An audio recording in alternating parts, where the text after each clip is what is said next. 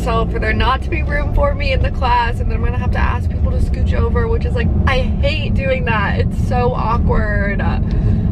This is why I love to get to yoga like early, at least like 10 minutes early, which is when you're supposed to get there, to like get a spot in the class. But I was FaceTiming Mary while I got ready and I just lost track of time. I'm taking a yoga sculpt class today. I think I'm gonna take a break from yoga sculpt after today and do other CorePower classes because I'm starting to memorize the class, and then once I have the class memorized, then I find myself counting down until the end of class and I don't enjoy it as much because I'm anticipating what's coming up next.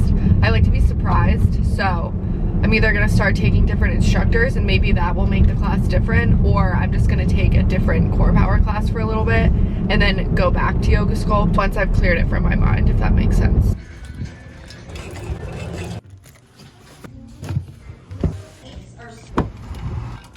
I really just ate my words. That was such a hard class. Different instructors must just do different sequences throughout the class, and ironically enough, her intention for class, every instructor, like when you're doing the breath work at the beginning, they set an intention, or they offer you an intention. I guess you could set your own, but oh my gosh, the car next to me was pulling out and I thought I was rolling forward.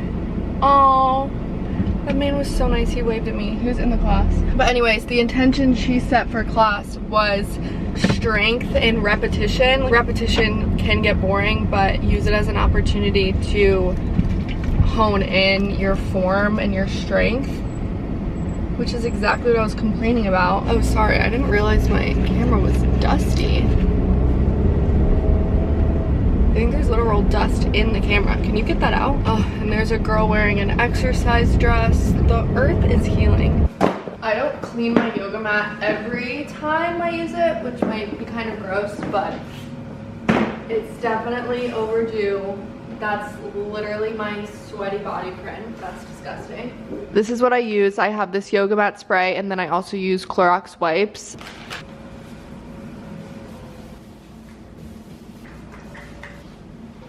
Gonna let that air dry before I roll it back up, but it cannot be left unattended because Polly ate my other yoga mat. She like loves that rubbery texture. She chews on like luggage wheels. She's been really good at this apartment and she doesn't really chew on furniture. She doesn't really chew on baseboards or door frames. She does, but not as much as she could.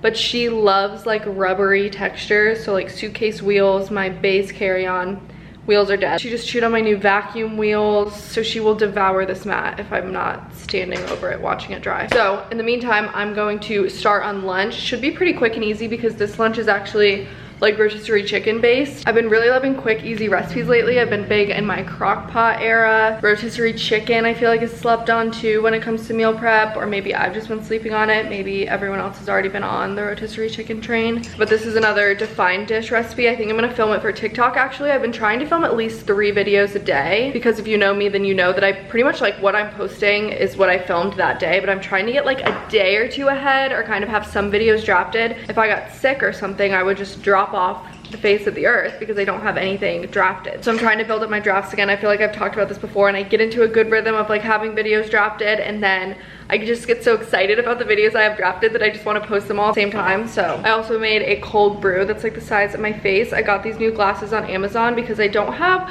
a lot of like short glasses, but I don't have like, what are these called?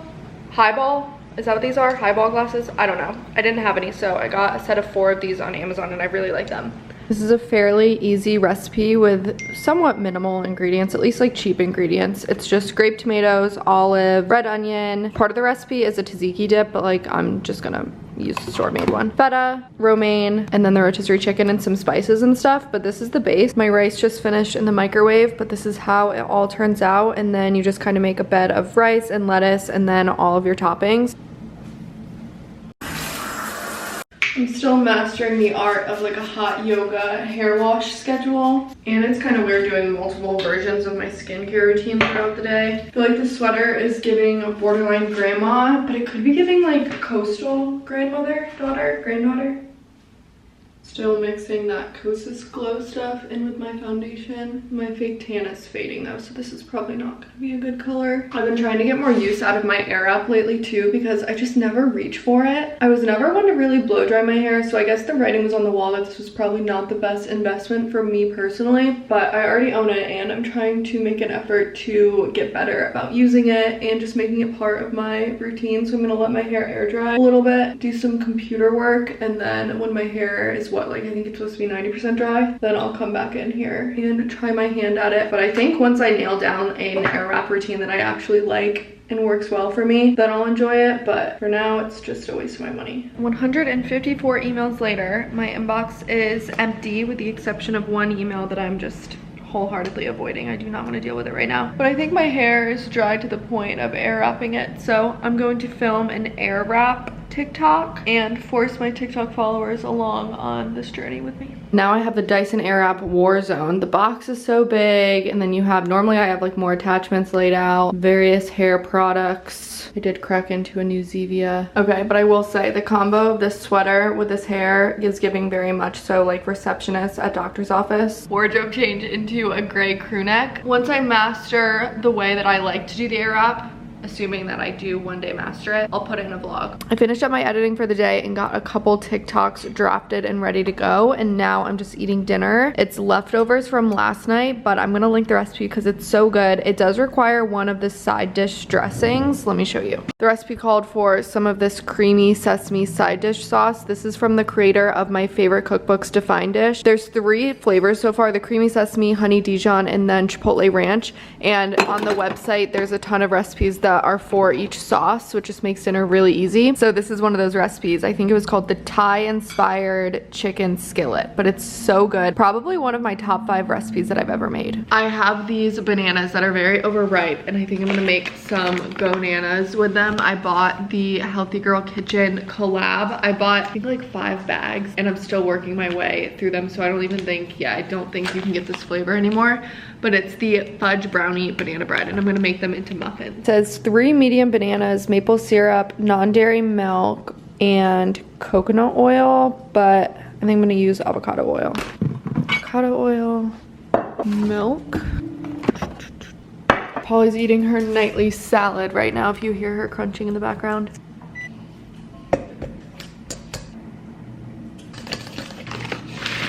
And now these go in for 25 minutes, and in the meantime, I think I'm gonna try and clean up the kitchen a little bit. The apartment is closed for the night, and I'm just gonna let these muffins cool off a little bit before I put them in the fridge. They kind of look like red velvet right now. Ooh, wouldn't that be good? Wait, like red velvet banana bread? Am I onto something? Does that exist? I'm kind of happy with the way that this blowout situation lasted and kind of fell throughout the day. I love the pieces framing my face. I've always flipped them outwards. I kind of like how it looks tucked around my chin. Anyways, I'm gonna get ready for bed and start my nighttime skincare routine. I don't love the mousse in my hair, I can tell you that much. I have another yoga class, I think, at 9:30 tomorrow, so the hair doesn't matter at this point. I always remove my makeup with a cleansing balm. The one I'm using right now is really good. It's the Pharmacy Green Clean. This is like a classic. So this gets all of my makeup off, and then the other cleanser will just kind of clean the skin itself. Who am I trying to act like I know what these products do? These are just what I use. I honestly refrain from speaking on skincare because one time I posted a nighttime skincare routine on TikTok and it went crazy viral, but it went viral because I was using the products in all the wrong orders and I was mixing ingredients that weren't supposed to be mixed, and I've kind of been haunted by that. But it's still the routine I use. It still makes my skin look good. I started a new hobby over the weekend. I wanted to learn needlepointing solely so that I can make my friends cute custom needlepoint pillows for the holidays. You know, the ones from the brand Furbish? They sell them at a lot of boutiques, and then I think Revolve sells some of them too. I'll put them on the screen. I feel like you've definitely seen them before, but they have these fun little sayings on them and they're so cute and colorful, and I love the idea of giving those as gifts, but I feel like the odds of finding a saying and a color that matches with the person's vibe that you're gifting to is kind of hard. At least in my case it was.